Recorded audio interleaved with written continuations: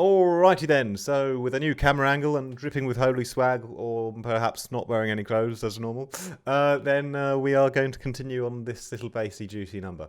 This is the one for the recent Vital Challenge I did, and I wanted to see if in the space of 10 to 15 minutes what I could do to process the bass further out of Vital, make it a bit more interesting. So let's imagine that I've done this, this is how it is just at one note with the drums. Okay, so I just want to put a few like kind of pitch movements in. So I'm just going to put a few little gliding sort of grace notes in, and I've put the Vital voicing on 1 and put the glide up, so it so we can sort of just put in some extra notes and glide around a bit, you know. So let's try just a few ideas.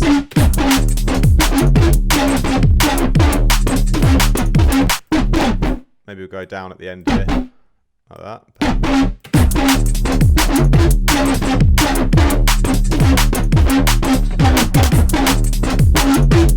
Okay, quite interesting.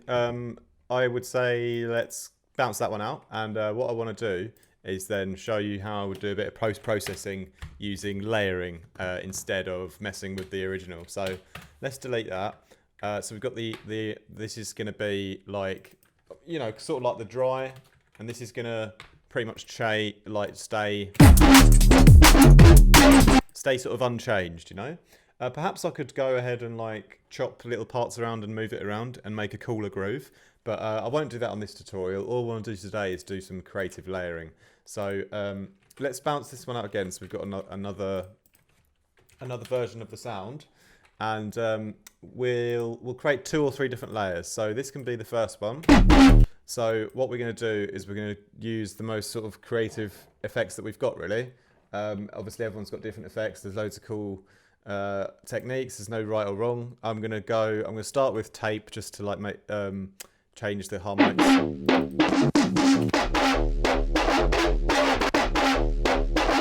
Okay, let's maybe stick with that one. So a bit of tape first. Then I'm going to do, I might do a little bit of ruiner as well on this one. I'll do a bit of sort of distortion on this one.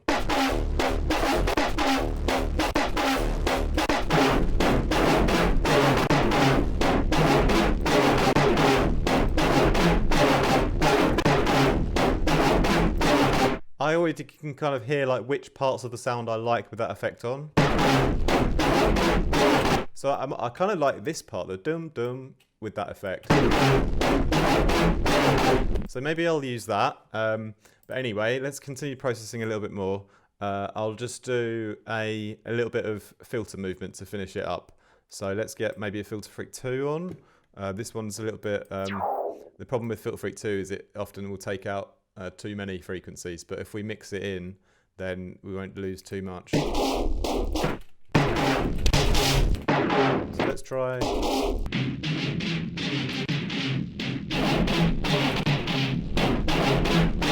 This one's quite cool. Maybe put a bit of movement on that one with a little rhythm.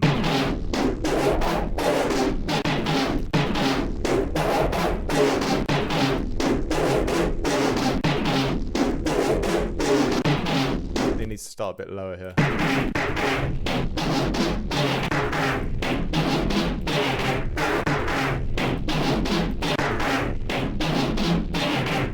Right, that's cool. We'll finish it up with a bit of convolution as well, this one. So we've done 4 stages of refining the sound. So it's going to be definitely quite different to the original.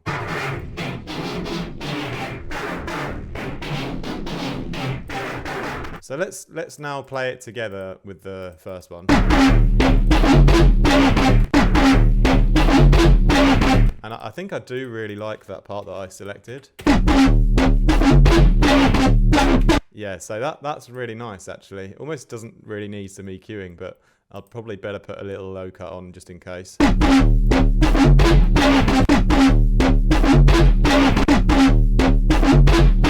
Let's try something around there just for now. We might go up higher later on.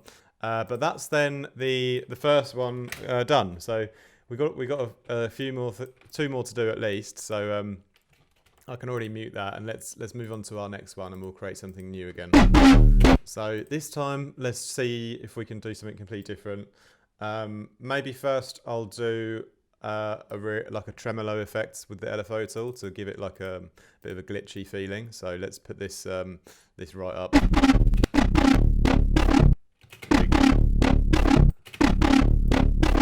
All right, that's pretty cool. Now let's do a bit of perhaps frequency shifting and stuff like that. So, you know, as I'm doing this process of like using all these creative plugins, I have a lot of freedom to do whatever I want because I'm doing it on a layer. So that's the key takeaway here, you know.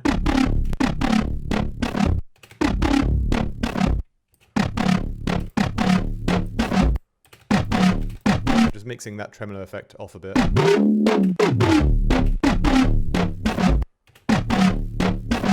It's sort of changing the pitch a little bit, you know, which is fine because it's all gonna create some dissonance. So I'm gonna try again because it wasn't quite enough for me. So I'll try a bit of ring mod perhaps. Doing it from itself.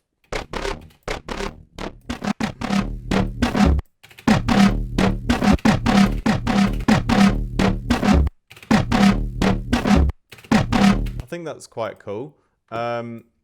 What I might do is just quickly clip that channel because it's going like even +8 deep over the red. But anyway, let's do some more now. I think we need a bit more. We're definitely going to have to put convolution on this because the harmonics are a little bit similar to the original still. So, but let's choose a different setting. There are some cool ones. I think I want sort of short ones. Maybe the experimental.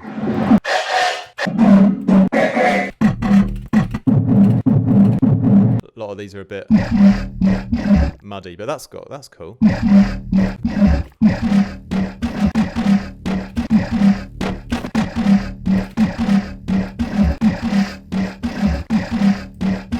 nice, but maybe I don't know. We're gonna have to just sort of test it with the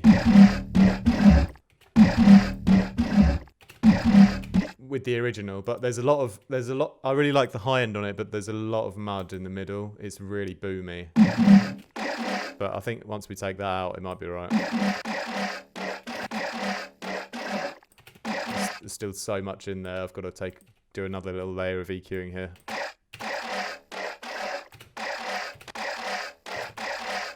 All right, let's just see how that actually would work with the original before you continue, because you've got to check always, you know.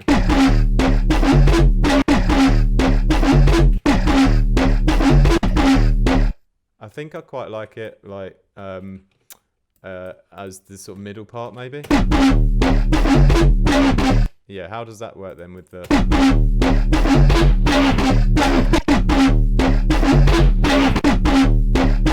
Maybe we'll take it off a little bit there. Yeah, I like that. So again, we'll do it again over here because I want to start sort of composing this whole 4-bar thing.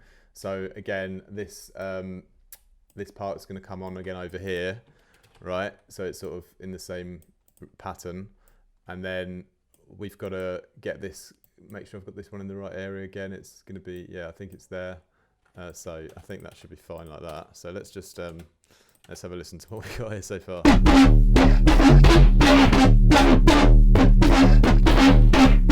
So I think this one is starting in the right spot, and maybe did I make it too short? We'll see.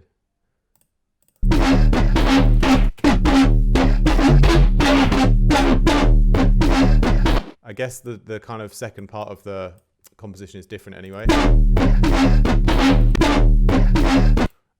But yeah, that's basically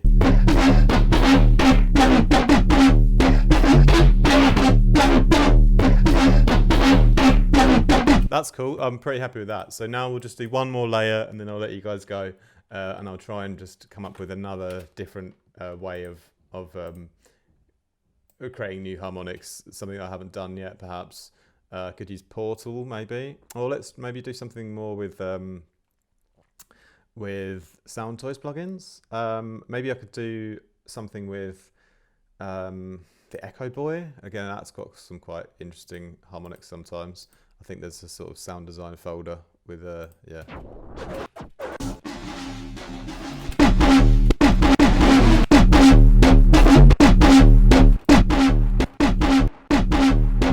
That's quite... it's a little bit, not really enough there.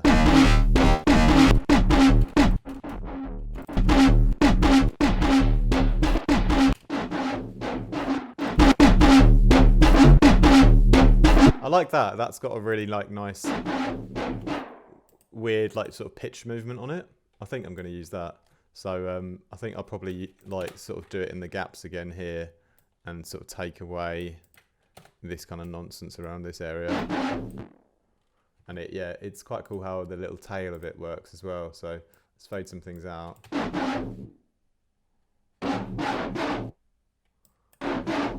Okay, and then at that point, it already kind of works quite nicely, I think, with the original. Yeah, I'm going to just leave it there because, you know, I could probably convolute it, but that effect was already quite extreme, I think, you know. So how cool is that, though, if I put them all together again?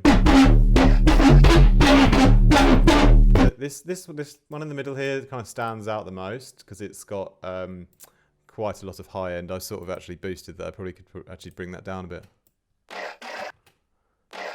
And it feels like it needs actually a little touch more reverb on that one to blend it in a bit better. I think I'd have to do another little convolution on that one. Just one of the more softer ones like the Baptist or the Falkland.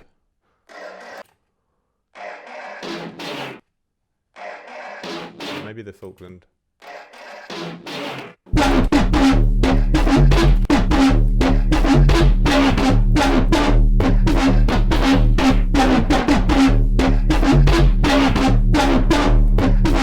That's excellent. So what I would do, just to get really sort of, you know, nice and tidy with it, would be these can be my layers, and then in a little subfolder, just to sort of control them a bit and make them all a bit even, I can just whack on a lovely little little compressor. First, actually, it doesn't really matter which way around we do it, but I'll probably EQ it a bit first. Again, just giving a bit more priority for the main dry one, so there's not so much phasing in the low end. And then with the compressor, I will just try and catch a bit of needle movement. And that's just used in the way a compressor should be used by just adjusting for volume differences. That's all it's doing. And then at that point, that's pretty cool. I would say I could probably leave it like that. And then what I could do is, for example, I don't know why it keeps coming up. I could then put this into another group. This could be like the all bass. And then I can just route the output of this one into the all bass group. And then now it will all be going through here. And then again, I can just sort of clip that and control the whole thing together now. And do a little bit of a mid-side EQ for the low end, just to sort of gel it together a bit.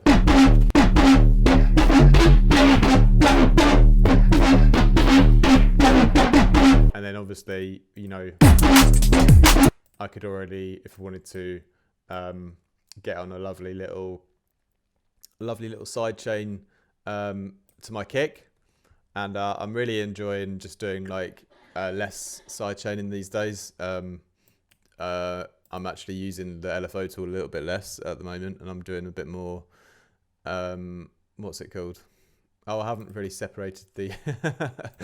Oh, this is a bit of a nightmare. I got to separate the kicks into a separate channel before I can do that. So I will actually go back to using the LFO tool in this case, because it's a bit easier when it's with the whole break, you know. It's still fine, it still works perfectly well.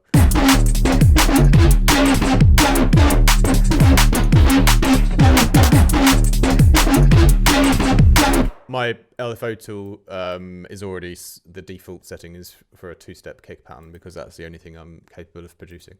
Okay, so there we go then. So that's the whole thing is being side-chained. I probably could turn that down even a little bit more.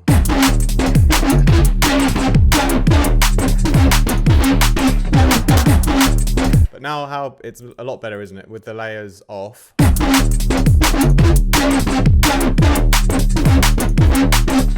Not so interesting, is it? But with the layers on, and what I could even do even further give the layers all even more depth is just throw on a bit more reverb on the whole thing with just a classic reverb this time. And I won't go too heavy on the wet.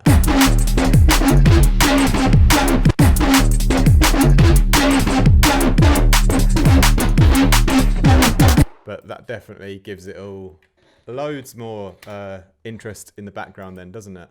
And now what you've done is you've taken that one bass line, which was the same content the whole way through, and through some creative layering, you've created 3 textural complements to the bass line, so that the whole tonality of it is always shifting as you go along, you know?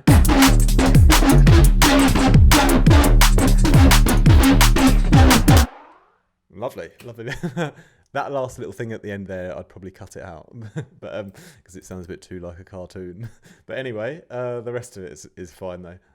Definitely ready to use and continue writing the track for this one. But yeah, hope that was helpful for you. This is a little bit of a sound design tutorial today on how I like to use creative effects, go crazy with them and layer them on top of the original.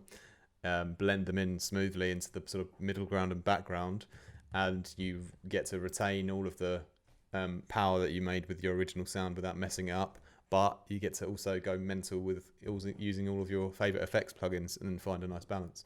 So I hope that was helpful, my G's. Thanks for watching. If you're new, make sure you like and subscribe. We're almost at 6k. Once we get to 6k, I'm going to eat my hat. And yes, thank you. Also, if you're new to the channel, sometimes people ask me like, "What's your job?" My main profession is actually one-on-one teaching. That's like my sort of day job. So if you guys ever want lessons, I teach from Monday till Saturday. I have Sundays off, of course, but you can book in lessons on my calendar on my website if you ever want one. So I'm happy to teach you at whatever level you're at and take it at whatever pace that you want to go. Thank you, my G's. I'll catch up with you guys very soon. Peace out. Hey guys, I'm just editing the video and I forgot to mention that I'm doing my next feedback live stream on the 6th of September, on Friday the 6th of September. This is the drum and bass feedback live stream I often do around once a month or once every 2 months. And you have to be part of Patreon and be in the Discord to submit.